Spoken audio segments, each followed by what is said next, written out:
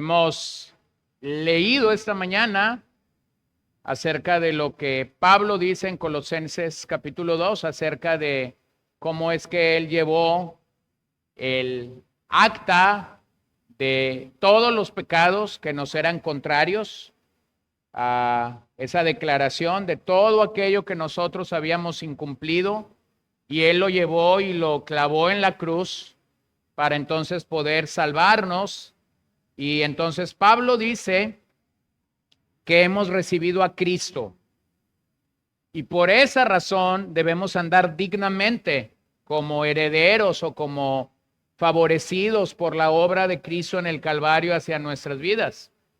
Una vez que nosotros entendemos que hemos sido favorecidos de esa manera, es que entonces Pablo nos llama a estar firmemente arraigados y edificados en él, confirmados en su fe, tal como fuimos instruidos.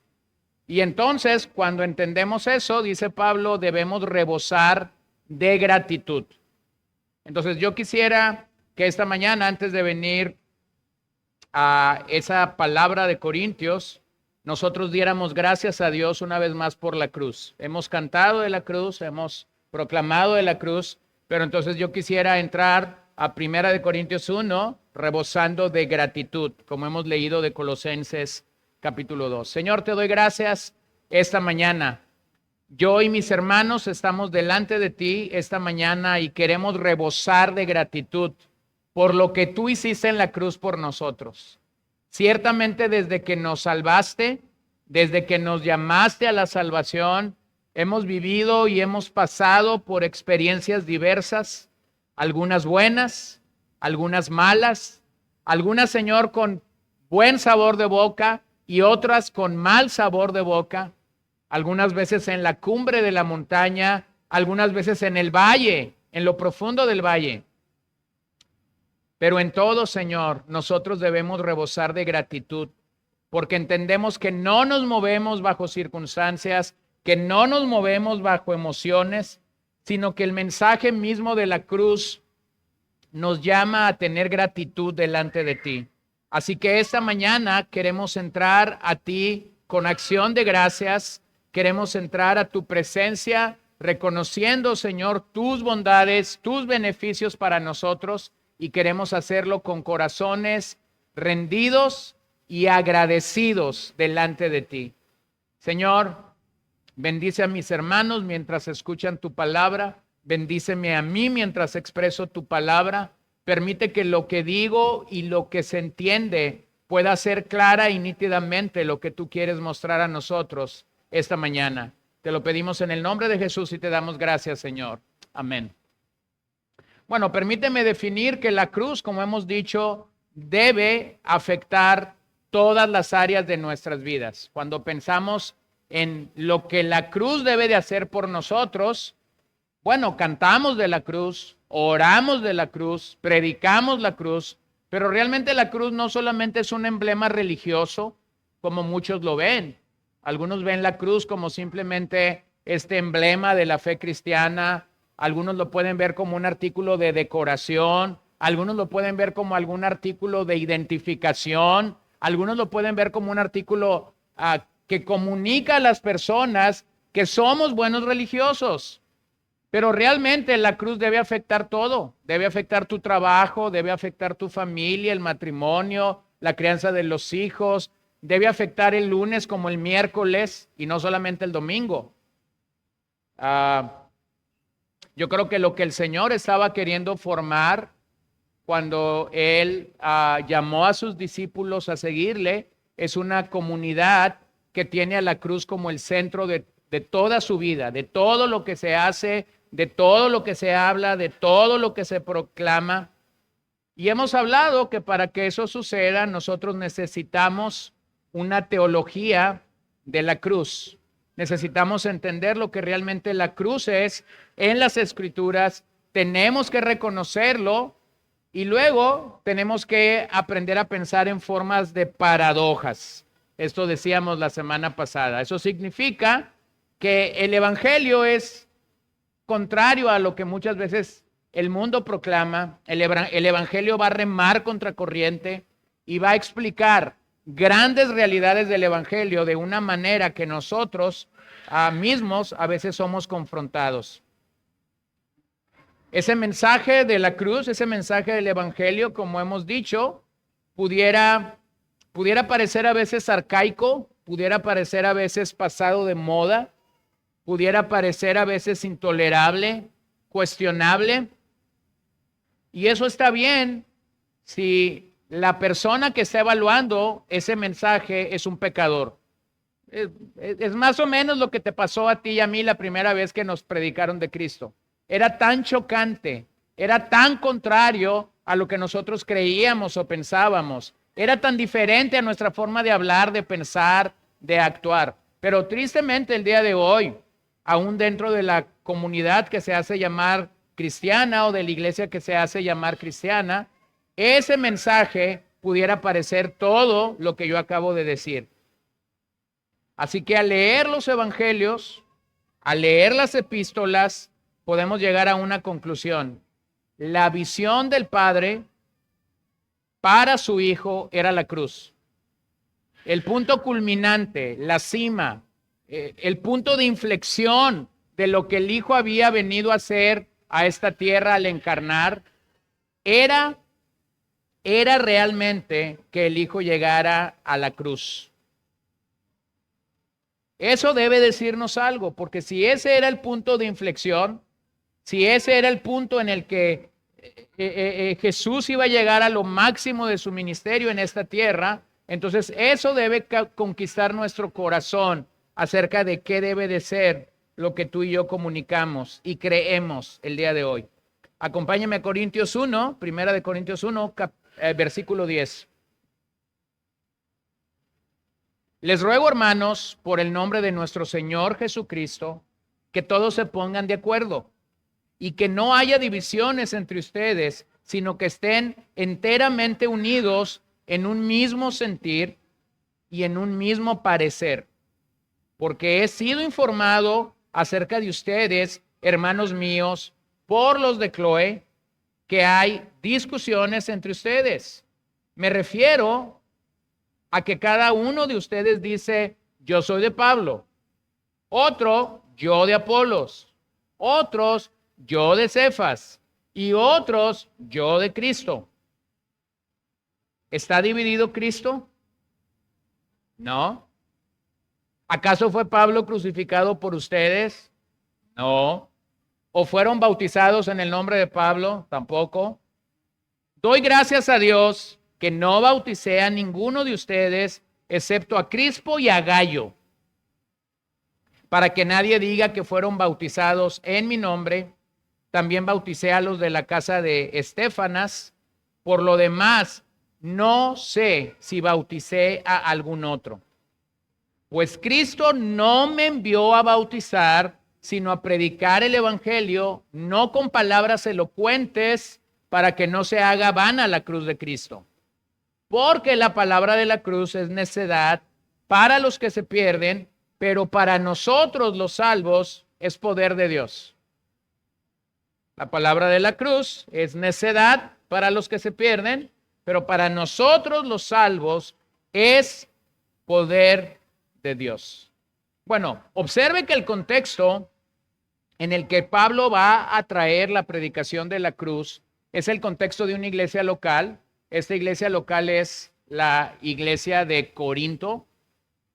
Los corintios, que son los hermanos que se reúnen en esta congregación, están inmersos en una problemática que no es una problemática simplemente de los corintios o de alguna iglesia en lo particular. Es una problemática que ha acompañado y va a acompañar a cualquier iglesia local en cualquier parte del mundo. ¿Cuál es esa problemática? Claramente Pablo la asoma. Hay 4 grupos en Corinto identificados en este pasaje. Aquellos que dicen, nosotros somos de Pedro, los seguidores de Pedro estaban aquí en esta iglesia. Pedro, recordemos que era el apóstol a los judíos, fue el primer predicador en el libro de los Hechos, el día de Pentecostés. Así que posiblemente estos hermanos que seguían a Pedro en la iglesia de Corinto, posiblemente eran judíos y posiblemente estaban defendiendo el hecho de que la cuna del cristianismo era Jerusalén, o posiblemente estaban defendiendo el hecho del apego a la ley, o posiblemente estaban defendiendo la tradición del Antiguo Testamento, o posiblemente tenían simple y sencillamente atracción por el estilo de predicación de Pedro. Luego encontramos que hay otro grupo entre los hermanos en esta iglesia identificado con Apolos. Apolos es este predicador del que el libro de los Hechos nos habla, este predicador al cual Lucas dice que era un predicador elocuente y poderoso en sus palabras. Esa expresión elocuente y poderoso en sus palabras, yo creo que sería muy atractivo para los griegos. Sería muy atractivo para los griegos que tenían una mente que buscaba la filosofía, la sabiduría, que buscaba la retórica adecuada, que buscaba la forma correcta de decir las palabras. Otros se identificaban, claro, con el apóstol Pablo. La razón es que Pablo había fundado la iglesia a los corintios y posiblemente los que se identificaban con Pablo eran los primeros creyentes. Los que vieron llegar a Pablo a esta iglesia, posiblemente los que, como dice Pablo aquí, los que fueron bautizados por él. Pablo identifica que no bautizó a muchos e incluso los identifica por nombre. Eso significa que no eran tantos, porque a la larga, alguien que está predicando, plantando iglesias y yendo a otra ciudad a hacer lo mismo, a la larga se va a olvidar de a quién bautizó, o por lo menos no se va a acordar de el nombre de a quien bautizó. Y finalmente Pablo señala un cuarto grupo que dice, y los que dicen yo soy de Cristo. Y siempre que pensamos en estas cuatro declaraciones, nosotros decimos, estos son los buenos, los que dicen que son de Cristo. Nada más que déjame decirte que en la forma gramática del texto, estos que son de Cristo tienen el mismo problema que los otros. Están peleando por saber quién tiene la verdad.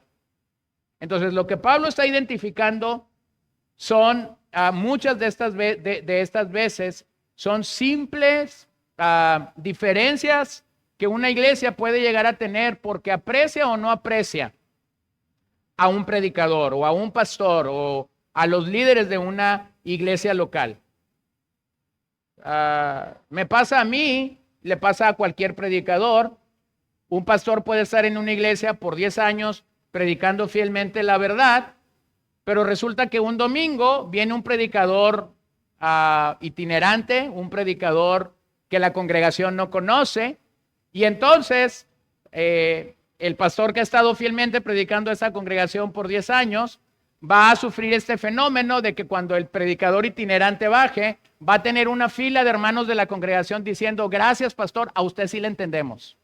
Gracias, pastor, qué bonito predica. Gracias, pastor, qué bien lo explicaste, qué bien lo trazaste. Oh, si así nos predicaran todos los domingos, otro gallo nos cantara. Simplemente a veces apreciamos el talento, el don, la capacidad de una persona de forma diferente. Entonces, es en ese contexto que Pablo está dibujando lo que está pasando en la iglesia de Corinto cuando él va a introducir la expresión acerca de la cruz de Cristo. La idea del pasaje va desde el 1:17 hasta el 2:16. Yo no tengo el tiempo para revisar todos esos versos. Y luego Pablo va a retornar del 3:18 al 23 a hablar del mismo pasaje. Pero lo que Pablo va a hacer para nosotros es ayudarnos a pensar en ese mensaje de la cruz. Porque él va a contrastar lo que la palabra de Dios es para nosotros y lo que la sabiduría del hombre puede llegar a ser. Entonces, predicar a Cristo, el reto que Pablo tiene, el reto que nosotros tenemos el día presente, es predicar a Cristo como el poder y como la sabiduría de Dios. Y eso nunca ha sido popular. Predicar a Cristo como el poder de Dios y predicarlo como la sabiduría de Dios nunca ha sido popular. Este fue el mensaje de Jesús, este fue el mensaje de los apóstoles, este ha sido el mensaje de la iglesia a lo largo de siglos, y eso nunca ha sido popular. Entonces yo tengo que dar una mirada rápida a la ciudad de Corinto y al espíritu que reinaba en Corinto antes de poder explicar este pasaje. Corinto era una ciudad marítima, era un puerto, y ustedes saben que la vida en los puertos es diferente a la vida en una ciudad. La vida en los puertos comúnmente está rodeada de drogadicción, alcoholismo, familias disfuncionales, prostitución, homosexualismo, todos estos males y todos estos pecados que al puerto que tú vayas vas a encontrar. ¿Cuál es la razón? La gente va y viene. Es una entrada y salida rápida. Corinto llegó a ser un punto de mucho comercio donde la gente va y viene. Entonces, pudiéramos pensar que esta era una ciudad depravada, si queremos usar esa palabra. Pablo llegó a esta ciudad no como un visitante turístico. Pablo llegó a esta ciudad como un misionero que quería venir y plantar una iglesia, que quería edificar una comunidad de creyentes en este lugar y proclamar la palabra desde allí. Entonces, la llegada de Pablo no es la llegada de un turista más. No es la llegada de una persona que está queriendo simplemente tener un tiempo de descanso o de vacaciones. Pero cuando Pablo llega ahí se da cuenta de algo. Los corintios amaban la elocuencia y amaban la sabiduría. La razón es pues están infiltrados del pensamiento griego. El pensamiento griego amaba la filosofía, amaba la elocuencia de palabra. ¿Cómo sabemos que esto era así? Bueno, para el día de Pablo, según los datos históricos, solamente en Corinto había 50 escuelas filosóficas. 50 escuelas filosóficas. Y la gente se asociaba al maestro que ellos consideraban era el maestro más sabio, más elocuente, más portentoso para hablar. Es decir, cuando la gente de Corinto buscaba una escuela a donde agregarse, lo hacía por causa del maestro, yo voy a usar esta expresión, del pastor que había en esa escuela. ¿Se dan cuenta del problema con el que Pablo está lidiando cuando escribe? Algunos son de Pablo, otros son de Apolos, otros son de Cefas y otros de Cristo. ¿Por qué Pablo está identificando eso en la iglesia de Corinto? Porque era lo mismo que pasaba en la ciudad. Cada uno buscaba una escuela filosófica de la manera como a uno le gustaría pensar o crecer en la filosofía. Entonces los corintios estaban acostumbrados a escuchar a un orador o a un filósofo, pero ellos no estaban esperando a un predicador llano y directo del evangelio. Usted ha escuchado esto de dorar la píldora, ¿no? Y de repente la gente cuando nos quiere decir algo, pero sabe que no nos lo puede decir directamente, nos va a dorar la píldora por media, 40 o 50 minutos para finalmente llegar a decirnos lo que es. Al final uno dice, y si esto me querías decir, ¿por qué no me lo dijiste desde el principio? Bueno, porque él como filósofo sabe que si te lo hubiera dicho desde el principio, no lo hubieras escuchado. Entonces tiene que preparar todo el camino, tiene que hacer toda la magia y todas las marañas mentales y lingüísticas para poder decírtelo. Eso no me suena a Pablo. Porque Pablo, al que hemos estado conociendo a lo largo de Romanos, es un hombre que dice las cosas directamente, llanamente, sin magia, sin manipulación. Entonces, lo que nosotros tenemos es un choque de principio, porque Pablo está predicando acerca de la locura del evangelio, que eso realmente va en contra de la sabiduría humana que los corintios amaban y querían. Así que Pablo va a defender el evangelio en contra de las corrupciones que se están introduciendo bajo el disfraz de la sabiduría humana con los corintios. Realmente, Primera de Corintios 1 al 6 enfrenta el tema de las divisiones y depravaciones al interior de la iglesia. Lo que nosotros tenemos del capítulo 1 al 6 es la manera como Pablo va a enfrentar las divisiones y las depravaciones al interior de la iglesia. La respuesta de Pablo a esas dos realidades, a la realidad de que una iglesia puede dividirse al tener un aprecio por alguno de sus pastores o de sus líderes o de un predicador visitante, tanto en el pasado como en el presente, para Pablo la respuesta sigue siendo la misma: el mensaje de la cruz. El mensaje de la cruz. Cuando una iglesia tiene estos dos temas, división o depravación, lo que Pablo dice es que esa iglesia realmente necesita volver a la sencillez del mensaje de la cruz. Este evangelio no solo nos salva, este evangelio, de acuerdo a Pablo, en estos 6 capítulos, nos libra de toda división, nos libra de todo desacuerdo interno, nos libra de facciones, nos libra de contiendas innecesarias, pero también nos libra de la depravación, de la manera como la inmoralidad sexual puede sembrarse o puede cultivarse entre nosotros. Usted va a leer en el capítulo 5 de los Corintios un caso de incesto, de inmoralidad, de tal forma que Pablo dice, ni siquiera afuera se oye de esto. O sea, queriendo hacer eso máximo, como diciendo, ¿cómo fue que esto nos sucedió a nosotros? La respuesta, hermanos, la respuesta es la misma. Necesitamos el mensaje de la cruz. Así que a la luz de este pasaje, permítame considerar, primero en los versos 17 y 18, las 3 respuestas que el hombre puede dar al evangelio, y luego en el resto del capítulo, permítame considerar cómo la victoria de la cruz vence sobre el orgullo humano. Vence sobre el orgullo humano.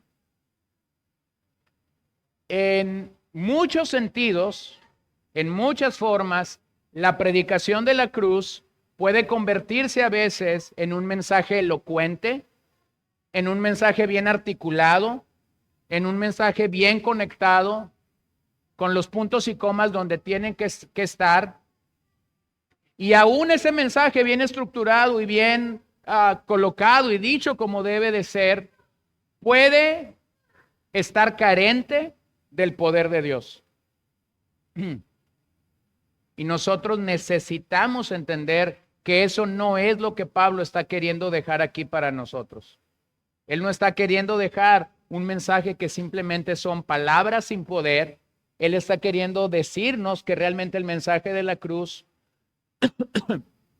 es un mensaje que contiene el poder de Dios.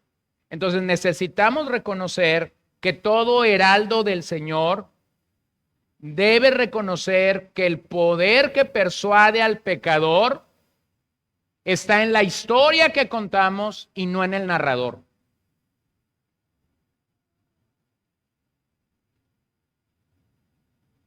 El poder de la cruz está en la historia que contamos en sí y no en el narrador.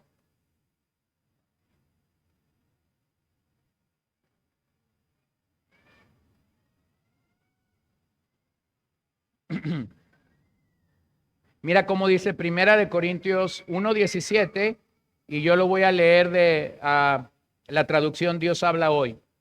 Pues Cristo no me mandó a bautizar, sino a anunciar el evangelio, y no con alardes de sabiduría y retórica, para no quitarle valor a la muerte de Cristo en la cruz. No con alardes de sabiduría y de retórica. ¿Por qué Pablo está diciendo eso? Porque esto era la forma en la que los corintios estaban acostumbrados.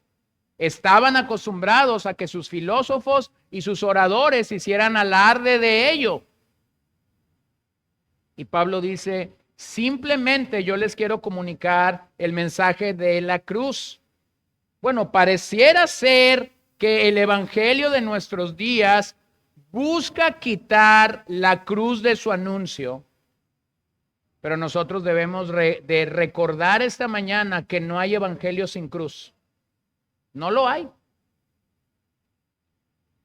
Lo que catapultó que la iglesia primitiva y que los apóstoles pudieran predicar de la muerte, de la resurrección, del evangelio de nuestro Señor Jesucristo, es que Cristo pasó por el Gólgota, es que Cristo murió realmente por nosotros en el Calvario, de tal manera que no podemos proclamar el evangelio sin la cruz. Si la cruz no está presente, entonces lo que tú y yo comunicamos a la gente puede ser cualquier cosa, llámalo como lo quieras llamar, pero no es evangelio. Un día yo fui a un lugar y prediqué el evangelio allí. Y después me asusté del comentario que una dama hizo. Qué bonitas palabras, qué motivacional fue eso. Y yo dije, una de dos, o no prediqué el evangelio o esta señora no entendió.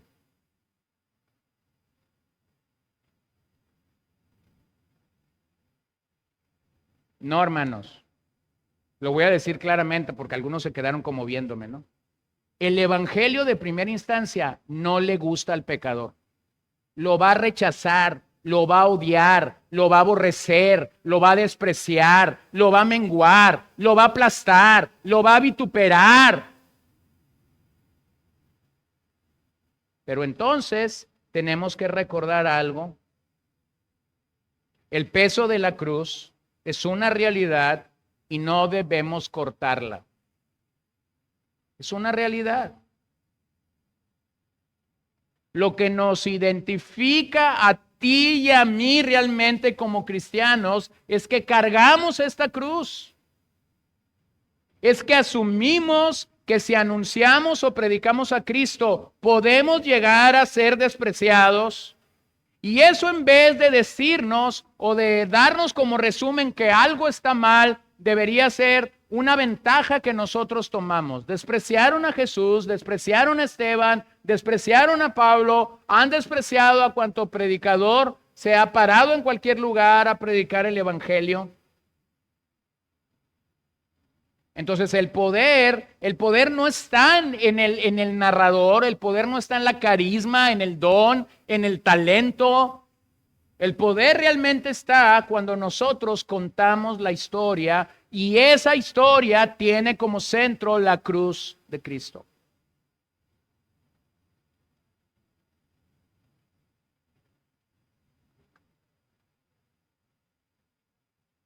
En una ocasión yo escuché a un predicador ya mayor.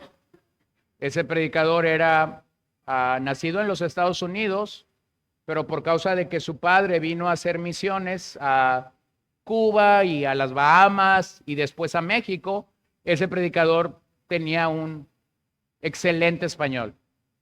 Y entonces cuando él estaba empezando a hacer pininos en la predicación, su primer trabajo fue traducir mensajes del inglés al español. Antes de que él fuera un excelente maestro de las escrituras, su primer trabajo o su primer acercamiento fue traducir mensajes del inglés al español cuando un predicador americano venía y visitaba estos países. Entonces él decía lo siguiente, dice, yo comencé a traducir con un megáfono. No había micrófonos, así que lo primero que tuve fue mi voz como instrumento para traducir. Después subimos al megáfono. El predicador americano no usaba el megáfono, pero si estábamos en una congregación hispana, el traductor usaba el megáfono para que el mensaje llegara.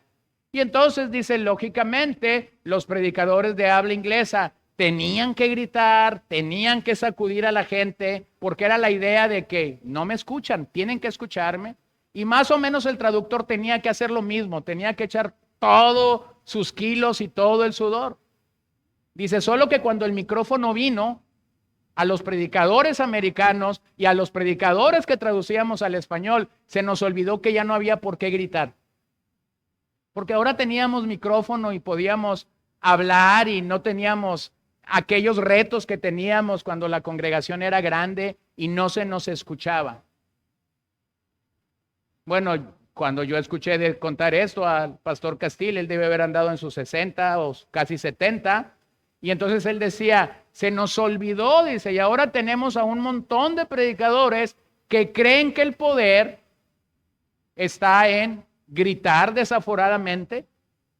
Y cuando tenemos a un predicador que habla y que grita y que a ese no le tienen que subir, a ese le tienen que bajar al volumen. Entonces la gente dice, oh, qué predicador tan ungido, oh, qué predicador tan poderoso. No, hermanos, no es así. El poder no está en la voz, en el estilo, en la ropa, en la altura o en nada de esto. El poder está simple y llanamente en comunicar lo que es el evangelio. Déjame leer para ti el verso 18 en una traducción amplificada o la Biblia amplificada. Porque la historia y el mensaje de la cruz es pura absurdidad y locura para los que se pierden y van camino a la perdición. Pero para nosotros que estamos siendo salvados, es la manifestación del poder de Dios. ¿Lo puedes ver? Es pura absurdidad, es locura, traduce la Biblia amplificada. Así que la locura o la necedad del mensaje del evangelio nos hace ver como tontos, torpes, inútiles, solo por predicar a Cristo. ¿Cuál es la razón? Este mensaje de Cristo no encaja con la gente de nuestros días.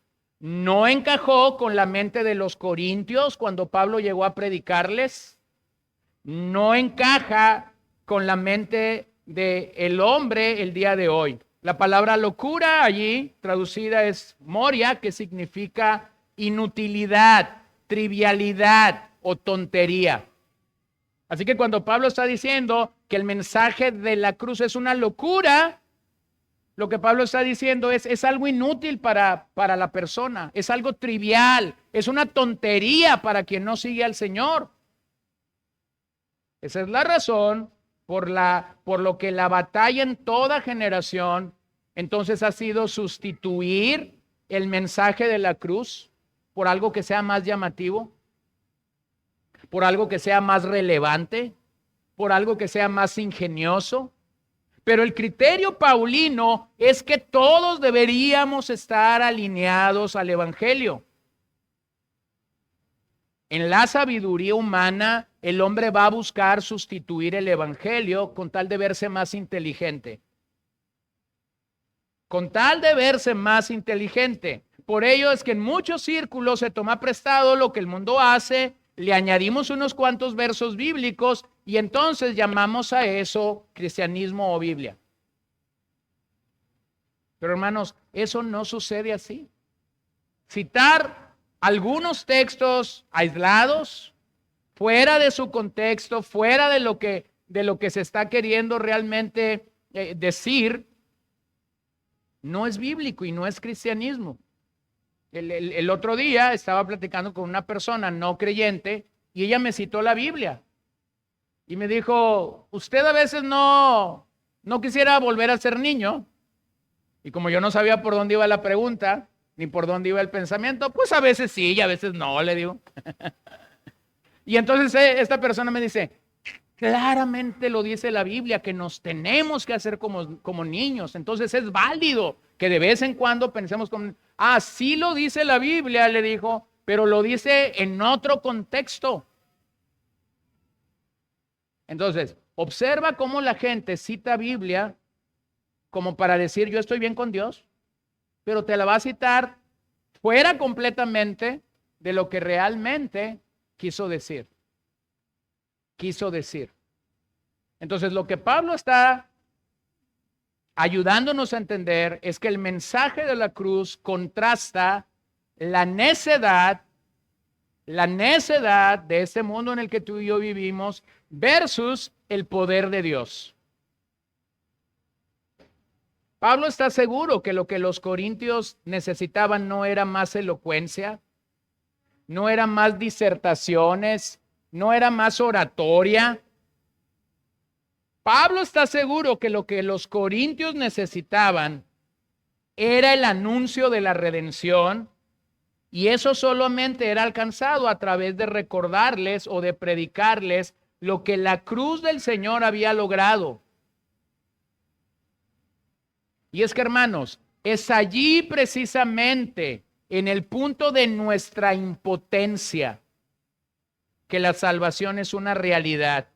Es allí en el punto de nuestra impotencia que el evangelio nos resplandece. Al igual que en Corinto, el mundo en el que vivimos está lleno de maestros. Véanlo en YouTube. Bueno, no lo vean. Pero tú quieres un maestro en YouTube, tú vas a hallar. ¿De qué quieres? ¿De cocina? Pues hay un montón. El otro día, allí en mi casa, mis hijas estaban viendo a una maestra de cocina. Y cuando yo vi la cantidad de reproducciones que estas señoras tenían en su canal, yo no lo puedo creer.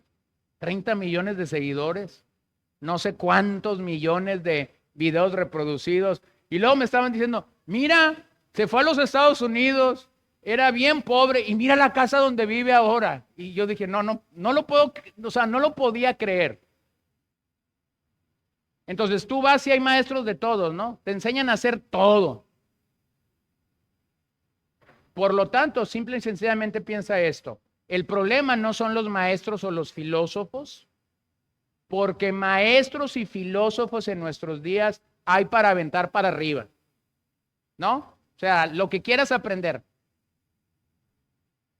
Yo tengo un amigo que él construyó una casa en la sierra de Coahuila.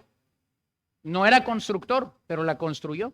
Y a mí me tocó ir a su casa y está bien hecha. Lo único que él no hizo fue la cocina integral y todos los detalles de madera. No. Y yo pienso que lo pudo haber hecho, pero por cuestión de tiempo no llegó a eso, ¿no? Pero eso sí lo pagó. Pero él construyó, él hizo la electricidad, él hizo la plomería, él hizo todo lo demás. Cuando yo le pregunto, ¿y cómo lo hiciste? Leí 5 libros. Leí 5 libros y me aventé. Es más, él hizo los ladrillos. Y entonces me dijo, vayamos al cuadro de la verdad. Entonces ahí en su sala había un cuadro de la verdad. Eso era simplemente un marco con cristal. Y tú veías que los ladrillos habían sido hechos de un material que la propia sierra, que él había obtenido de la propia naturaleza ahí en su sierra. Esta es mi casa, me dice. Toda está hecha de este material. Yo y mis hijos hicimos los ladrillos. Bueno, si él hubiera construido en esta era, él no hubiera leído 5 libros. Él hubiera seguido a algún maestro en YouTube que le enseñara cómo hacerlo. ¿Qué quiero decir con esto, hermanos? El mundo no necesita maestros. El mundo no necesita filósofos. La necesidad del mundo en el que tú y yo vivimos sigue siendo la misma necesidad de Corinto. No necesitamos un orador más, necesitamos un redentor. Un redentor. Cuando el redentor llega y gobierna sobre nuestras vidas, entonces nosotros comenzamos realmente a entender el mensaje de la salvación. Donald Carson, comentando acerca de Corintios, dice, la cruz no solo establece qué debemos predicar, sino cómo hemos de hacerlo. Nos enseña cómo servir y nos hace avanzar en el discipulado hasta que comprendemos qué significa ser cristiano en este mundo. El mensaje de la cruz no es otra cosa que la forma que Dios tiene de hacer lo que Él prometió. Mediante la cruz, Dios aparta y destruye todas las pretensiones humanas de poder y de sabiduría. Y es que piénsalo, a los pies de la cruz, ¿quién puede decir soy sabio? A los pies de la cruz, ¿quién puede decir soy rico o soy poderoso? O soy un gran profesional, o aquí están mis títulos. Nadie, hermano, todo eso sale sobrando. Por lo tanto, el mensaje de la cruz simplemente divide la humanidad entre salvos e incrédulos, entre santos o pecadores, entre enemigos o amigos de Dios, entre redimidos e irredentos. Y si estás en el bando adecuado, permíteme decirte que todo esto simplemente es por gracia y por benevolencia de Dios, no por algo que hicimos. Pero si estás en el lado inadecuado, entonces permíteme recordarte el Evangelio y decirte, hay aún lugar al pie de la cruz para que tú vengas. Observen las tres respuestas y no se asusten porque voy tarde en el bosquejo. Las tres respuestas ante el mensaje de la cruz. Número uno, Pablo está hablando de los que van a tropezar con la cruz. Los que van a tropezar con la cruz, los que van a escuchar el mensaje y en vez de aceptarlo van a tropezar. Ese fue el problema de los judíos. Los judíos estaban buscando a un Pablo que tuviera señales milagrosas. Y cuando él llegó y predicó la cruz, pareciera ser que esto era algo débil. Bueno, no era una señal tan milagrosa que Cristo hubiera muerto, cuando los judíos realmente estaban esperando a un Mesías triunfante que venciera a Roma, pero resulta que este Mesías, en vez de triunfar sobre Roma, es asesinado por los romanos o bajo la ley de los romanos, juzgado por Poncio Pilato, condenado a la muerte. Observa que todo el Antiguo Testamento está rodeado de milagros. Maná del cielo, el mar rojo abierto, cruzar por el río Jordán, la conquista de Jericó, las batallas ilógicas que el pueblo de Dios obtuvo, los milagros de Elías, los milagros de Eliseo. Vea todo el poder vertido en el Antiguo Testamento en la mente de los judíos. Y ahora resulta que cuando aparentemente el Mesías ha llegado, en vez de que él triunfe y de que él viva y de que él sea portentoso, ahora muere. Bueno, claro que eso era un tropiezo para los judíos. No había forma de creer para ellos porque ellos estaban buscando el poder y la gloria de Dios en la cruz. Por lo tanto, que el Mesías hubiera muerto en la cruz no era un signo de poder, sino de debilidad. Pablo afirma en el verso 25 del capítulo 1 que lo más débil de Dios en la cruz es más fuerte que todos los hombres juntos. Lo más débil de Cristo en la cruz es más fuerte que la suma de todas las capacidades de toda la población de la historia de la humanidad. Entonces los judíos van a tropezar con eso, sí, claramente. Número dos, hay un segundo grupo que son los que se pueden reír de la cruz. Creo que este fue el error griego, porque la cruz realmente era insensata para los griegos. Los griegos simplemente no podrían ver la sabiduría de Dios en la cruz. ¿Qué había de sabio? ¿Qué había de sabio en la muerte de un hombre en el Calvario? Nuevamente, el hombre en su sabiduría jamás podrá conocer a Dios. Sus burlas acerca de la victoria de Cristo en el Calvario serían reducidas a perdición o condenación eterna.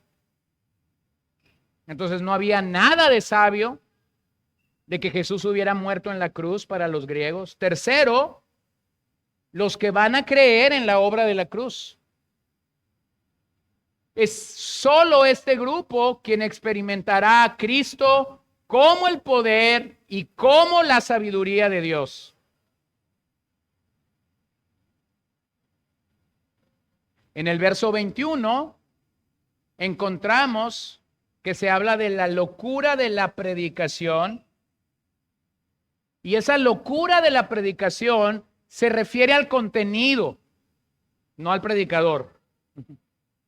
Cuando Pablo está hablando en el verso 21 de la locura de la predicación, se está refiriendo al contenido del mensaje, no en sí mismo al predicador.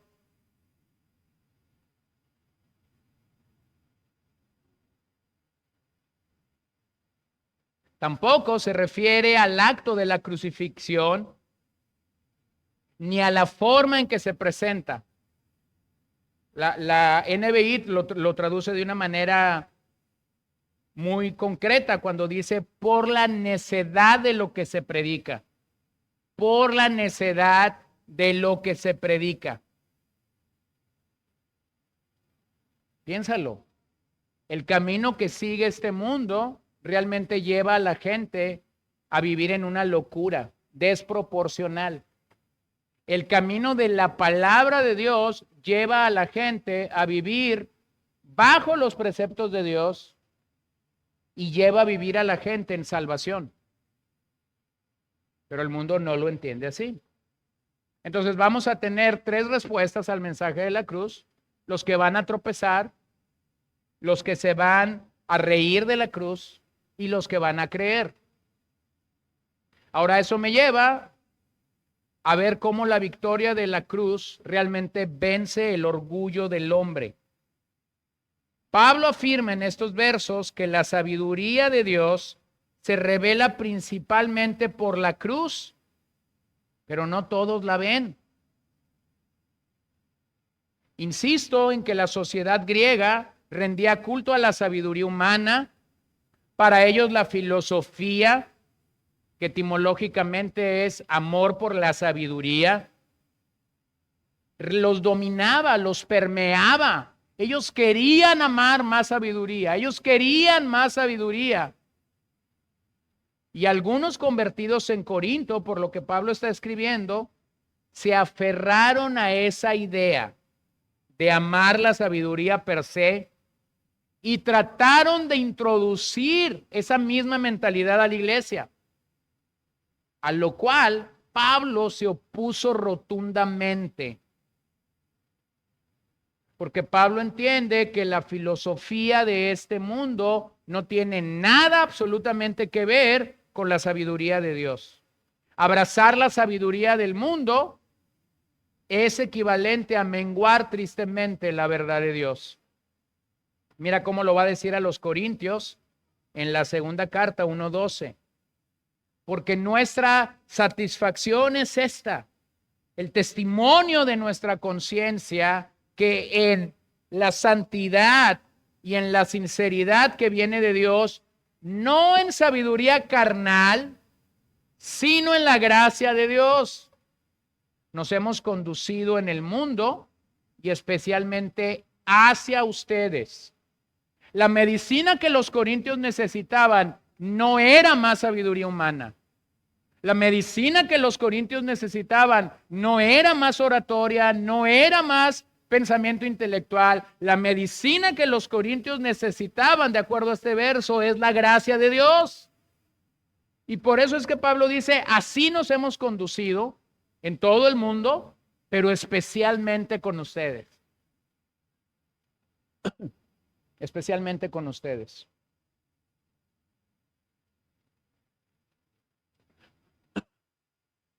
Cuando nosotros entendemos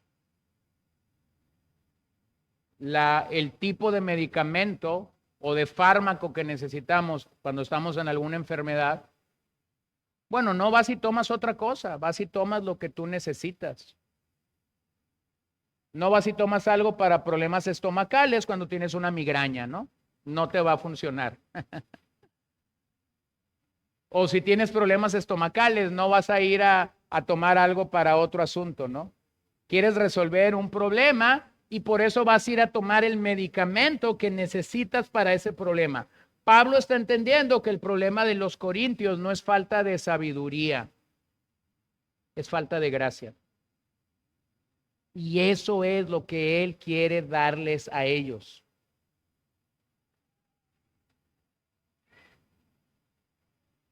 Yo tengo un sobrino que cuando a él le comenzaron a dar ibuprofeno de cierta marca, él se enamoró de esa marca y yo veía a mi hermano comprar frascos de Motrin. De todas maneras no me van a pagar nada. Frascos de Motrin. Y yo veía a mi sobrino que de repente estábamos en su sala, se paraba, iba al refrigerador, no sé si eran 2, 3 años, Agarraba la pipeta completa, se la aventaba y regresaba. Está bien bueno el Motrin. ¿Pero qué te dolía? Nada, tío, pero está bien bueno.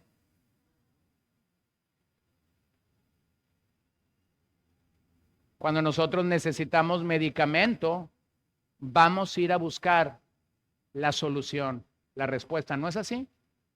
Entonces Pablo está diciendo, ustedes no necesitan más rollo, ustedes no necesitan más filosofía, ustedes necesitan entender la gracia de Dios en su vida. Entonces los versos siguientes simplemente vamos a leerlos y dejemos que el peso de las escrituras hable. Vean cómo Pablo va a contrastar la sabiduría de Dios con la sabiduría humana. La sabiduría de Dios es eterna, la humana es temporal.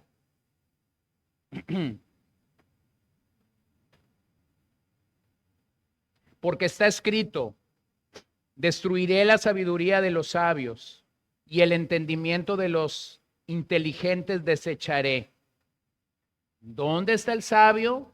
¿Dónde está el escriba? ¿Dónde está el que sabe discutir en este siglo? ¿No ha hecho Dios que la sabiduría de este mundo sea necedad? Hermano, pregúntate, ¿dónde están los sabios de otras eras, de otros momentos de la historia?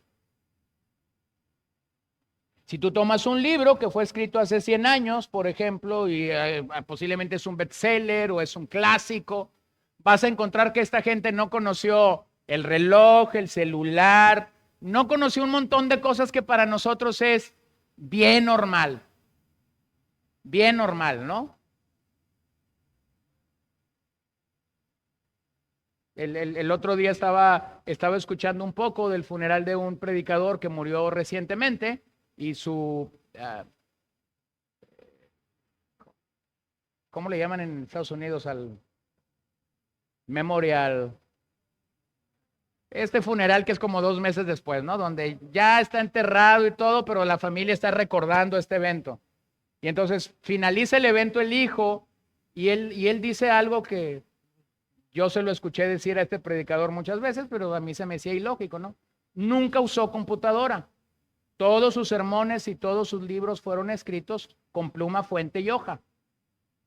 Entonces dice este hijo, cuando está hablando de su padre, dice, a mí me daba mucha risa, dice, cómo a mi padre lo atacaban en las redes sociales. Como mi padre no tenía computadora, dice, nunca supo que lo atacaban tanto en las redes sociales. Porque él nunca usó una computadora, nunca usó una laptop, nunca usó un iPad, dice, y su teléfono era un teléfono de gama muy antigua. Así que él no tenía acceso a nada de eso. Dice. Él predicaba el domingo, dice, y maldecía amén cuando las redes sociales ardían de todo lo que había dicho. Dice, y yo veía a mi papá bien contento comer, ir a jugar golf, básquetbol. Él era feliz, dice, pero la realidad de por qué era feliz, dice, es que nunca tuvo acceso a esto. ¿Dónde está la gente que posiblemente escribió para nosotros? Bueno, mi hermano, aquí está y Pablo lo define muy bien. Pablo recoge las palabras de Isaías 29:14 cuando él está en Atenas y ha subido al Areópago. Ha hablado con los sabios del mundo con respecto a vivir en la ignorancia, sin Dios y sin salvación alguna. Pablo acude a la palabra de Dios para recordarnos que Dios mismo enloqueció la sabiduría humana. La sabiduría humana es tan volátil, va y viene, en cambio la sabiduría de Dios permanece para siempre. Entonces Pablo va a acudir a 3 testigos para explicar esto. Primer testigo, el sabio o el experto. Él dice, ¿dónde está el sabio? ¿Dónde está el experto de un tema? Bueno, regularmente superados por otros que han venido después, mejorados por otros que han venido después.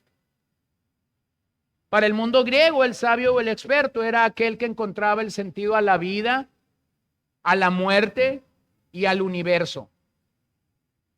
Entonces Pablo se pregunta, ¿dónde está este testigo? Bueno, ese testigo ha sido superado por alguien más experto, por alguien más sabio, por alguien que lo mejoró. El segundo testigo que Pablo va a usar es el escriba o el intérprete. ¿Quién es el escriba o el intérprete? Bueno, es un académico, es alguien muy dotado. Este es un hombre experto en la ley de Dios y la herencia bíblica. Observe que los expertos de la ley en los días de Jesús no pudieron reconocer que él era el hombre del que todo el Antiguo Testamento hablaba.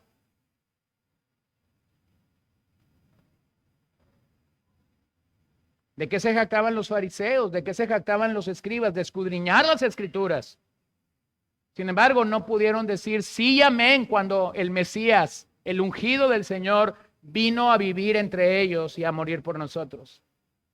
El tercer testigo que Pablo va a utilizar es al disputador o argumentador. Ese es un filósofo, un orador. Para ellos la forma en que el mensaje se presentaba como el contenido era tan importante. Por eso es que esperaban a un orador con cierta presencia, con cierta sagacidad.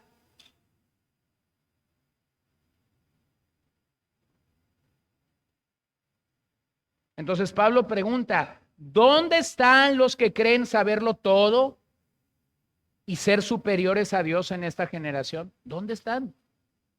Derrumbados, hermanos, porque la sabiduría humana es temporal, pero la sabiduría de Dios es eterna. No hay forma de conocer a Dios entonces por la razón humana, porque esa razón humana realmente está cegada. Estamos muertos, Efesios 2, estamos hundidos en nuestra ignorancia. Simplemente Dios descarta la aparente sabiduría del hombre. Así que los corintios estaban discutiendo por la sabiduría de las palabras, y eso debe ser un recordatorio para nosotros de que cada vez que discutimos por palabras, saboteamos el impacto de la iglesia en la comunidad donde vivimos. No discutamos por palabras. Confiemos en la sabiduría eterna de Dios. Número 2, Pablo va a decir, verso 21 al 25, que la sabiduría de Dios es poderosa, pero la sabiduría del hombre es impotente. Pues ya que en la sabiduría de Dios, el mundo no conoció a Dios por medio de su propia sabiduría, agradó a Dios mediante la necedad de la predicación salvar a los que creen. Porque en verdad los judíos piden señales y los griegos buscan sabiduría, pero nosotros predicamos a Cristo crucificado, piedra de tropiezo para los judíos y necedad para los gentiles. Sin embargo, para los llamados, tanto judíos como griegos, Cristo es poder de Dios y sabiduría de Dios. Porque la necedad de Dios es más sabia que los hombres y la debilidad de Dios es más fuerte que los hombres. Observa cómo este mensaje contrasta la debilidad del hombre versus el poder de Dios.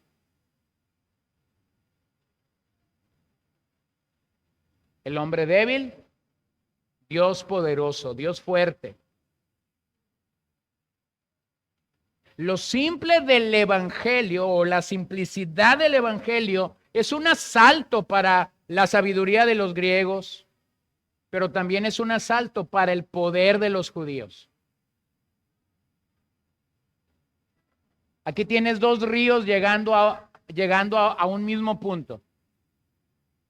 Por un lado viene el río de los judíos, buscando el poder de Dios, buscando señales, buscando endemoniados libertados, paralíticos curados, que los panes sean multiplicados. Por otro lado viene el río de los griegos, buscando sabiduría. Queremos a un orador fuerte, queremos a un orador elocuente al estilo de Apolos.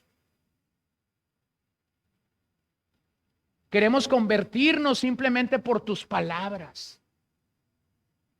Y Pablo simplemente dice, deténganse. No tengo mucho que decir, pero lo voy a resumir de esta manera.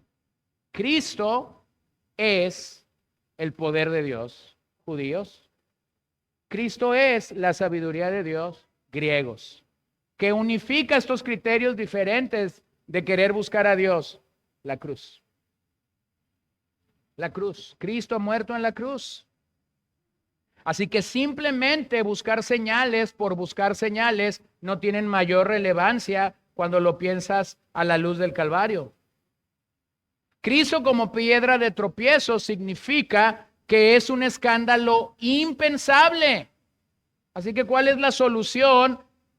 Bueno, Pablo lo dice, lo que agradó a Dios es la proclamación llana y directa del Evangelio.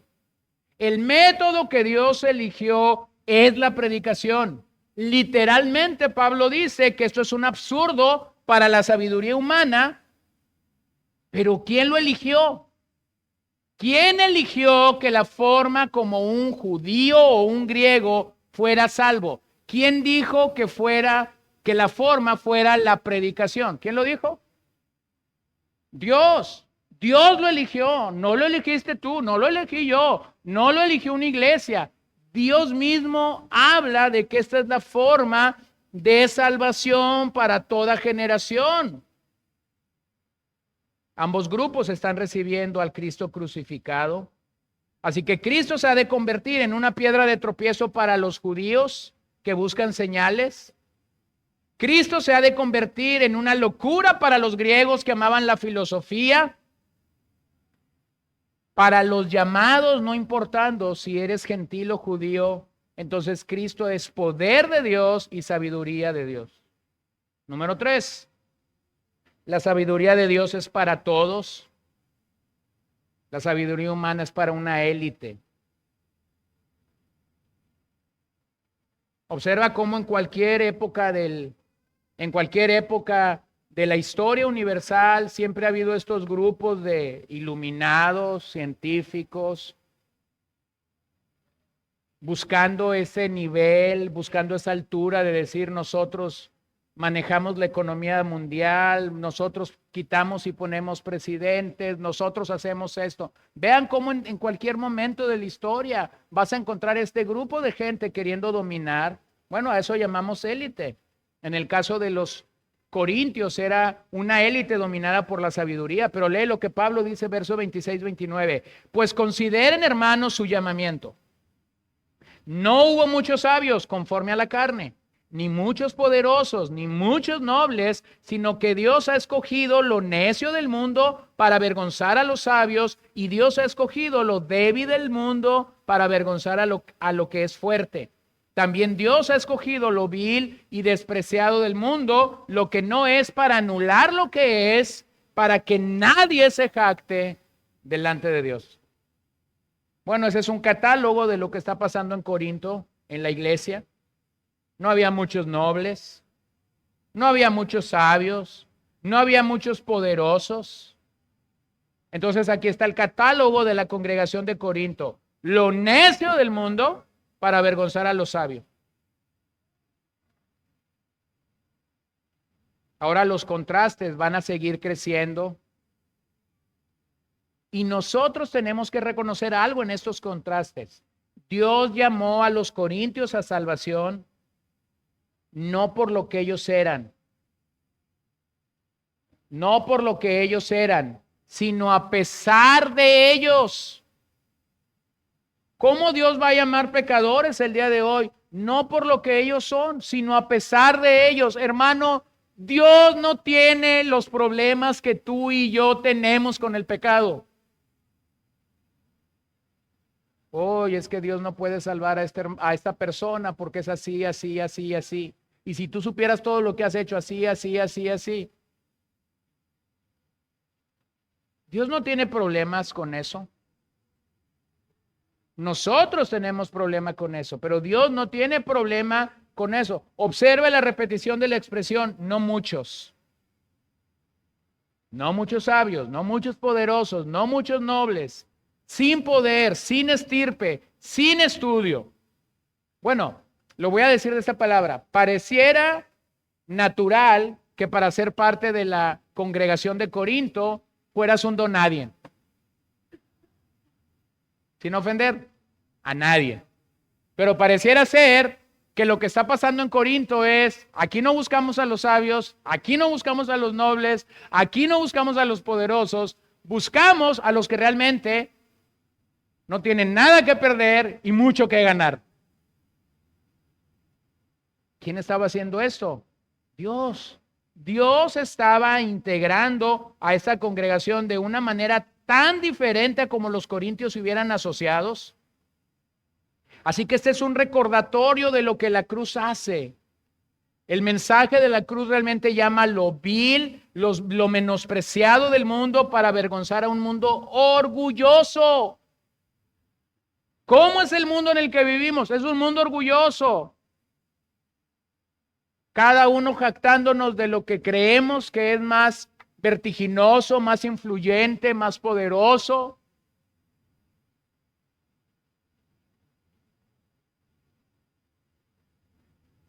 Está como un día llegó alguien y me dijo, sabe que me gusta desayunar huevos todos los días, no tengo problemas con desayunar huevos todos los días.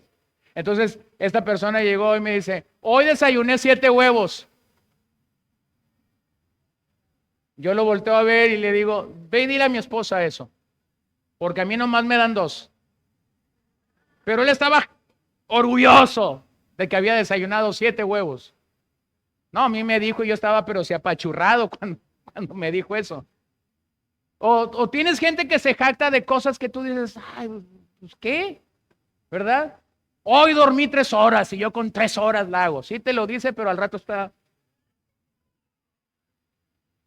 O sea, nos jactamos de cosas innecesarias, nos jactamos de cosas que te pueden producir placer a ti, pero no van a comunicar nada a nadie.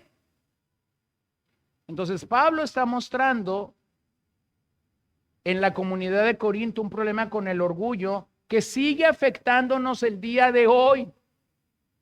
Lo necio de Dios confunde a los sabios de este mundo. Lo débil de Dios confunde a lo poderoso de este mundo. Hermanos, los corintios estaban lidiando un problema real con el orgullo. Lo voy a decir de otras palabras. Los corintios estaban lidiando con el pecado del orgullo. Y nosotros tenemos que reconocer que ese mismo pecado es nuestro enemigo el día de hoy.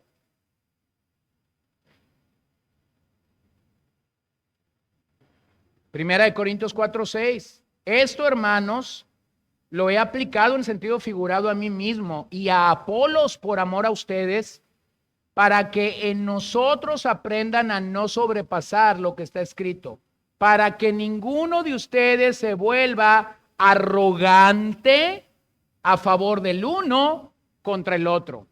Sigue hablando del mismo problema, los que se identifican con Apolos, los que se identifican con Pablo.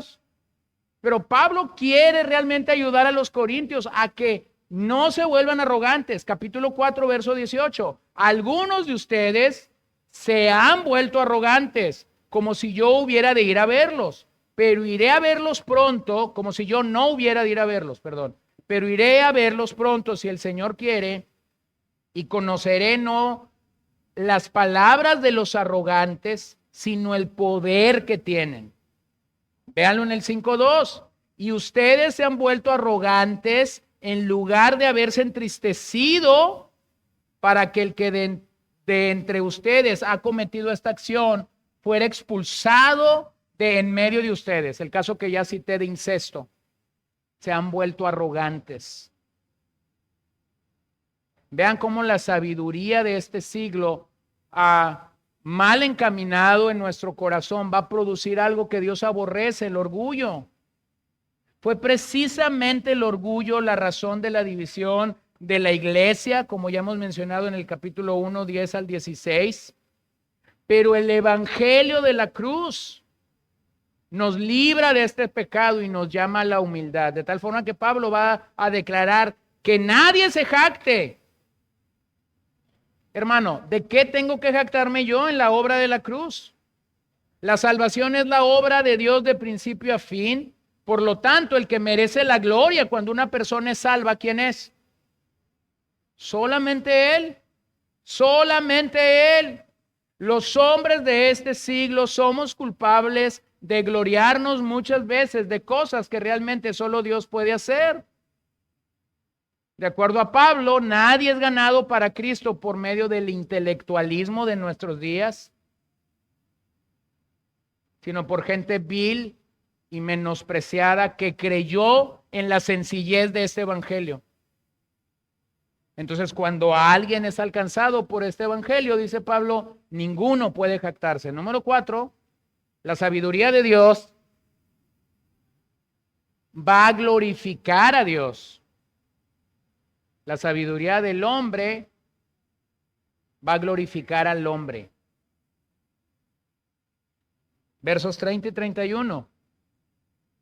Pero por obra suya están ustedes en Cristo Jesús, el cual se hizo para nosotros sabiduría de Dios y justificación, santificación y redención, para que tal como está escrito, el que se gloríe en el Señor. Pablo nos recuerda lo que tenemos y lo que somos en Cristo. En Cristo tú y yo hemos heredado bendición espiritual y nada nos hace falta de forma espiritual. No tenemos que agregar nada más. Cuando el Señor quiso salvarte, te dio y nos dio todo el equipamiento espiritual que tú y yo necesitamos para llegar a casa. Tenemos que seguir buscándolo, tenemos que seguir en el camino de la santidad y de la santificación, pero realmente Él nos dio todo. Fuimos escogidos por Dios en Cristo, por eso Él merece la gloria. El mensaje de la cruz nos recuerda que hay un solo hombre que merece el mérito y su nombre es Jesús. La sabiduría de Dios ha sido desplazada en Cristo para nosotros. Vean cómo Pablo lo dice, fuimos justificados, estamos siendo santificados, seremos glorificados. Ese proceso inicia con Cristo y termina con Cristo haciendo una obra gloriosa en ti y en mí. Pero está segura, está asegurada por Él. El mismo Dios que te salvó te va a perfeccionar, te va a santificar, te va a preservar hasta el día final. Hermanos, cuando hablamos de que realmente tenemos todo el equipo, cuando hablamos de que realmente tenemos toda esta bendición, eso es una realidad.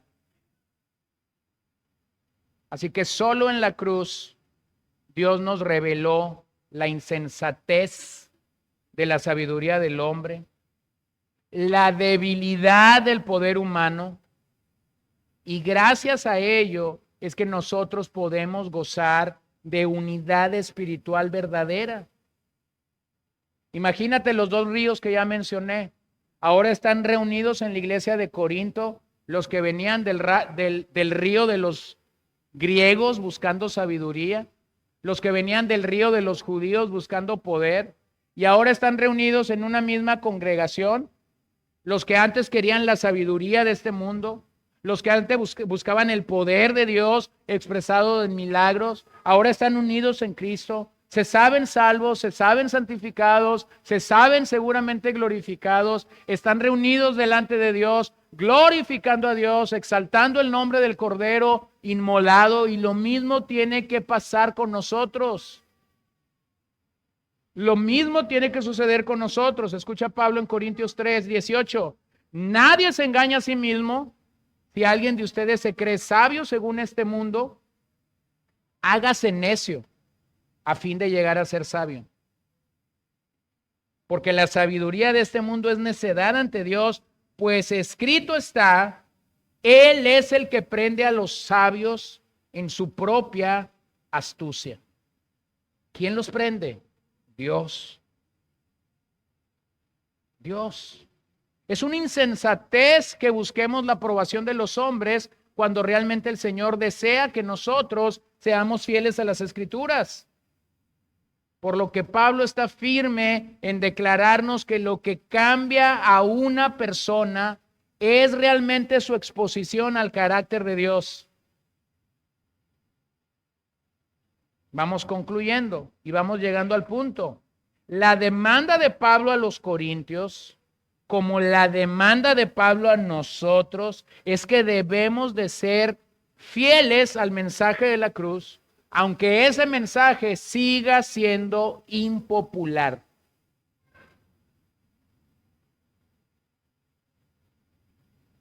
Lo que esta sociedad sigue necesitando es sencillo, pero a la vez es profundo y potente. Es el mensaje de la cruz. Esta sociedad sigue teniendo demasiados maestros, demasiados filósofos, y pareciera ser que no van a terminar, sino cada día va a haber más.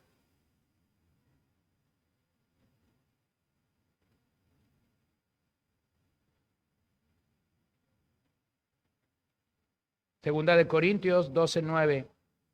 Y él me ha dicho, te basta mi gracia, pues mi poder se perfecciona en la debilidad.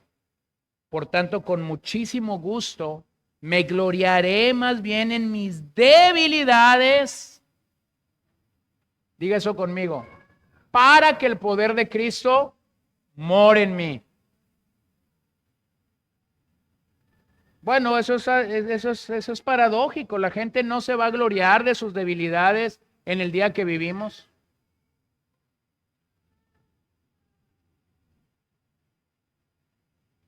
Es como cuando vas a uno de estos parques de diversión donde los juegos son extremos y llegas ahí y hay un aviso, ¿no?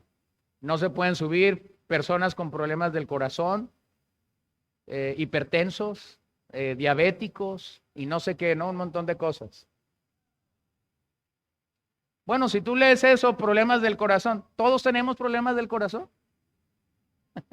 Aunque nunca hayamos ido con un cardiólogo, ¿no? Pero entonces yo estaba en una fila una vez en uno de estos parques y detrás de mí yo estaba escuchando al par de ancianos que venían.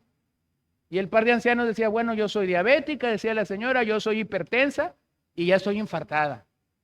Y el señor no estaba tan grave, nomás no sé qué tenía en los pulmones, que no aparecía en la lista, pero había sido operado. Y entonces la discusión de estos dos señores antes de entrar al circuito donde íbamos era, ¿nos aventamos o no nos aventamos? Si decimos que no tenemos nada, ¿quién nos va a hacer una prueba médica? Bueno, ¿nos metemos o no nos metemos? Y ahí estuvieron discutiendo un par. Bueno, entonces se aventaron y hasta salieron primero que nosotros, ¿no?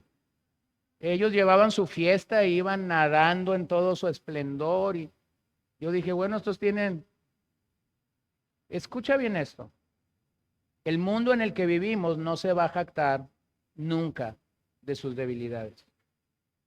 Pero cuando entiendes lo que la gracia de Dios hace en tu vida, vas a poder poner en la mesa tus debilidades, porque va a haber alguien que se va a llevar la gloria cuando tú digas yo soy débil. ¿Quién es ese? Cristo. Entonces, cada debilidad nuestra realmente es un recordatorio a ti y a mí de quién es el poderoso.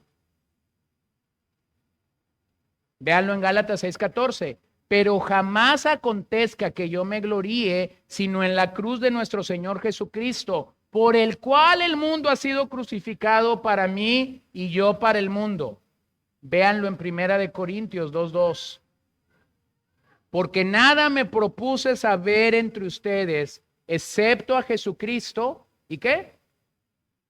Y este crucificado. No dice y este resucitado, no dice y este ascendiendo, no dice y este sentado a la diestra de Dios Padre, no dice y este reinando sobre todas las naciones, no dice y este viniendo con vara de hierro a juzgar, no, dice este crucificado, porque el evangelio está comunicando lo que para el mundo es una debilidad, para nosotros en Cristo realmente es nuestra mayor fortaleza. Entonces, hermano, Necesitamos regresar al mensaje de la cruz en todo momento. Una y otra vez necesitamos regresar a la esencia de la fe cristiana, a la realidad de la fe cristiana. Y simplemente dejo para ti este recordatorio. El camino al cielo realmente comienza postrado a los pies del Calvario. Toda gente quiere ir al cielo. Pero el camino al cielo verdaderamente comienza para una persona cuando está rendida a los pies del Calvario. ¿No estás rendido tú acaso el día de hoy? Hermano, nuevamente hay una oportunidad en la gracia de nuestro Señor Jesucristo para decir, aquí están mis armas, levanto mi bandera blanca, ya lo entendí. Estás postrado a los pies del Calvario, siéntete bendecido con toda bendición espiritual de parte de Dios para tu vida por la maravillosa gracia que el Señor ha querido extender para ti. Oremos. Padre, te damos gracias en esta tarde porque podemos adorarte, porque podemos glorificarte, porque podemos bendecirte con todo nuestro corazón. Oh Señor, qué maravilloso es que podemos venir a ti con toda confianza y con toda seguridad en este momento y poder reconocer que tú nos llamas a seguirte. Aquel día cuando llamaste a esos hombres en la barca remendando las redes, fuiste claro con ellos acerca de seguirte. El Evangelio es claro cuando nos dice, si alguno quiere ser mi discípulo, niéguese a sí mismo. Tome su cruz cada día y sígame. Señor, que esta mañana podamos reflexionar en las palabras claras del Evangelio y podamos responder de manera adecuada. Ayúdanos a enfrentar la necedad de este mundo con la sabiduría de Dios y permite que nuestras vidas puedan estar delante de ti, confiadas y seguras por lo que tú has hecho cada día para poder mostrarnos a Cristo en nosotros. Aquí están mis hermanos, aquí estoy yo. Permítenos responder adecuadamente al mensaje de la cruz, al mensaje del Evangelio. Permítenos no solamente llenarnos nosotros, pero poder comunicar este mensaje con otras personas. Poder realmente llevar este mensaje, poder tener conversaciones valientes con otras personas que puedan escuchar lo que tú ya has hecho para nosotros en la cruz de Cristo. Señor, te alabamos. Señor, te adoramos en esta hora, porque tú eres bueno, porque tú has sido fiel y porque has tenido a bien mostrarnos a Cristo. En el nombre de Jesús oramos, Señor. Amén.